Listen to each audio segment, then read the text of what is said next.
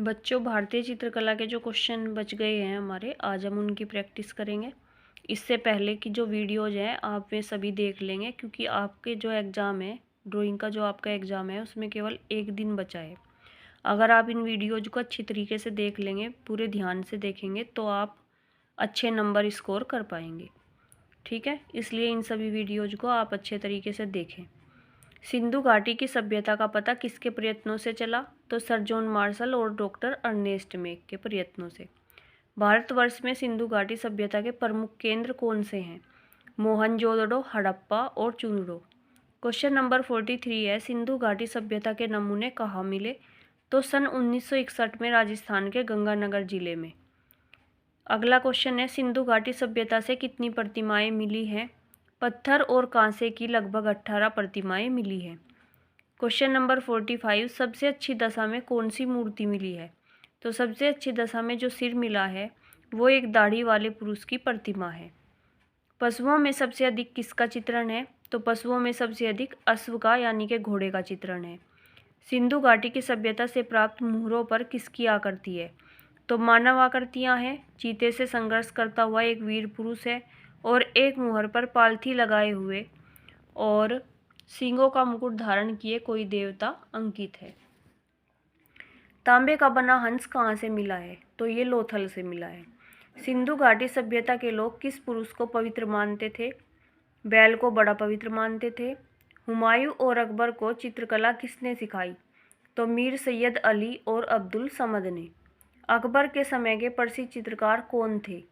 दशवंत, केसु, लाल हरिवंश, सांवल दास, जमशेद और बसावन, ये अकबर के समय के प्रसिद्ध चित्रकार थे। जहांगीर के दरबार के हिंदू चित्रकारों के नाम बताओ। तो मनोहर, माधव और तुलसी। शाहजहां के शासनकाल के चित्रकारों के नाम बताओ। फखरुल्ला, मीर हसन और अनूप।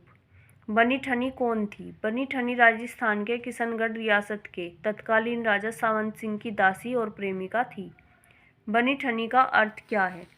तो बनी ठनी का अर्थ है सजी धजी या सजी संवरी। बाघ की गुफाएं कहाँ स्थित है? बाघ की जो गुफाएं हैं वो मध्य प्रदेश में इंदौर के पास धार जिले में स्थित है। बाघ गुफाएं किस नदी के तट पर स्थित है? तो बाधिनी नामक जो छोटी सी नदी है उसके बाएं तट पर स्थित है। बाघ गुफाएं किस पर्वत के ढलान पर स्थित है? तो विंध्य पर्वत के दक्षिणी ढलान पर।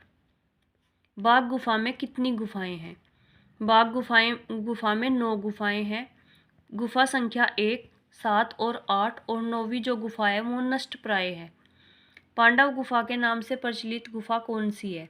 तो जो बाघ गुफा की गुफा संख्या 2 है वो पांडव गुफा के नाम से प्रचलित है।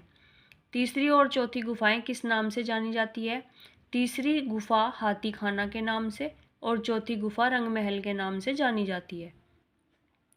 क्वेश्चन नंबर है 62, बाघ गुफाओं का निर्माण कब हुआ होगा? संभवतः 5वीं या 6वीं शताब्दी ईस्वी में। कमल पुष्प किसका प्रतीक है? तो कमल का जो पुष्प है वो पवित्रता के अतिरिक्त शुद्धता व सद्गुण का प्रतीक है। बाघ गुफाओं का नाम बताओ, और ये बताओ बाघ गुफाओं का नाम जो है वो बाघ गुफा क्यों पड़ा? तो नर्मदा की एक छोटी सी करद नदी है जिसका नाम है बाधनी या बाघ, और इसी कारण यहाँ की जो गुफाएं हैं उनका नाम और पास वाला ये जो गांव है उसका नाम भी बाघ पड़ा। बाघ गुफा के चित्रों की शैली किसके समान है? बाघ गुफाओं के चित्रों की शैली अजंता के समान है। क्वेश्चन नंबर है 66, बाघ गुफा संख्या 2 का सर्वप्रसिद्ध चित्र कौन सा है? तो ये है पद्मपाणि बुद्ध का चित्र।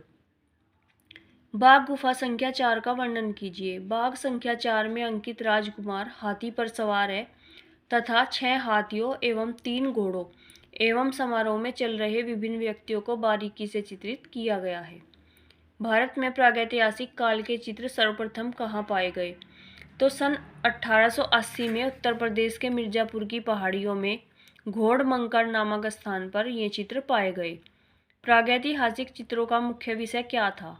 तो वो था आखेट, और जिसे हम शिकार भी कहते हैं। प्रागैतिहासिक चित्र किन स्थानों पर पाए गए? तो ये उत्तर प्रदेश के मिर्जापुर में, मध्य प्रदेश के पंचमढ़ी में, रायगढ़ में, होशंगाबाद में, सिंघनपुर में और भीमबेटका में पाए गए। भीमबेटका की गुफाओं के बारे में वर्णन कीजिए। तो मध्य प्रदेश में भोपाल के निकट लगभग 500 गुफाएं हैं। लाल, काले और सफ़ेद रंग से चित्रित हिरण का एक चित्र बड़ा ही प्रभावी है जो इस गुफा में पाया जाता है। ठीक है, प्रागैतिहासिक काल के चित्रों में किस पशु का चित्रण सर्वाधिक किया गया है? तो सुंदरता की दृष्टि से हिरण और बारहसिंगा के चित्रों की भरमार है। पक्षियों में मोर को सर्वाधिक चित्रित किया गया है। प्रागैतिहासिक चित्रकला में किन प्रतीकों का प्रयोग किया जाता है? तो स्वास्तिक है, त्रिशूल है, त्रिकोण है। इनका प्रयोग पूजा के समय में किया जाता था और कुछ चित्रों में जादू टोनों का आभास भी मिलता है। प्रागैतिहासिक चित्रों में किन रंगों का प्रयोग किया गया है?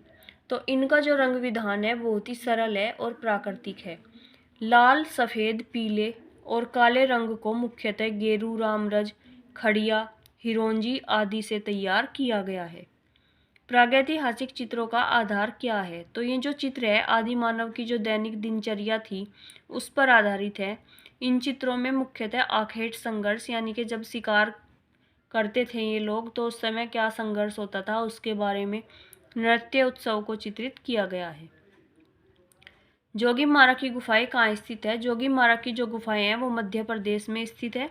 अगर ऑप्शन में आएगा मध्य प्रदेश तो आप मध्य प्रदेश पे टिक करोगे, और अगर आएगा रायगढ़ की पहाड़ियों पर अमरनाथ नामक स्थान पर, ठीक है, एक गुफा है सरगुजा रियासत में। ठीक है, तो जोगीमारा की गुफाएं या तो मध्य प्रदेश आएगा ऑप्शन में, आप मध्य प्रदेश पे टिक करोगे, या फिर आएगा सरगुजा रियासत, उस पे टिक करोगे। भीमबेटका की गुफाएं किससे घिरी हुई है? तो जो भीमबेटका की गुफाएं हैं वो चारों तरफ से विंध्य पर्वतमालाओं से घिरी हुई है।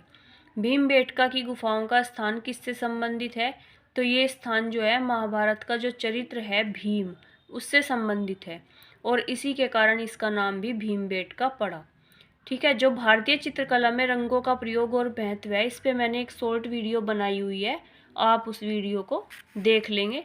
ठीक है, इसमें से बहुत सारे क्वेश्चन आते हैं, जैसे प्राथमिक रंग है, इसमें से भी एक क्वेश्चन आया हुआ है। जो ये द्वितीयक रंग दिए हुए हैं, पिछले वर्ष जो बोर्ड की परीक्षा हुई थी उसमें भी क्वेश्चन आया हुआ था कि द्वितीय रंग कितने होते हैं, द्वितीयक रंग। यहाँ पे मैंने बहुत ही अच्छे तरीके से समझाया हुआ है तो आप उस वीडियो में समझ लेंगे।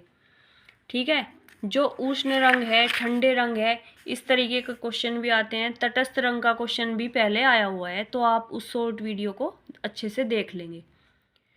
इसके बाद है क्वेश्चन नंबर 79, कलाकारों एवं चित्रकारों ने राजस्थान और पंजाब की ओर पलायन क्यों किया? तो औरंगजेब जो था बहुत ही कट्टर इस्लामिक था, इसलिए उन्होंने क्या किया, राजस्थान और पंजाब की ओर पलायन किया। जो औरंगजेब है ना उसे चित्रकला का द्रोही शासक भी कहा जाता है। इसे चित्रकला बिल्कुल भी पसंद नहीं थी। ठीक है, और इसने उन्हें नष्ट करने का ही काम किया है तो इसलिए इसे द्रोही शासक भी कहा गया है। अगला क्वेश्चन है, छोटी सतह पर चित्रित की गई कृतियों को क्या कहा जाने लगा? तो इन्हें कहा जाने लगा सूक्ष्म चित्रकारी। सूक्ष्म चित्रकारी के विषय क्या थे?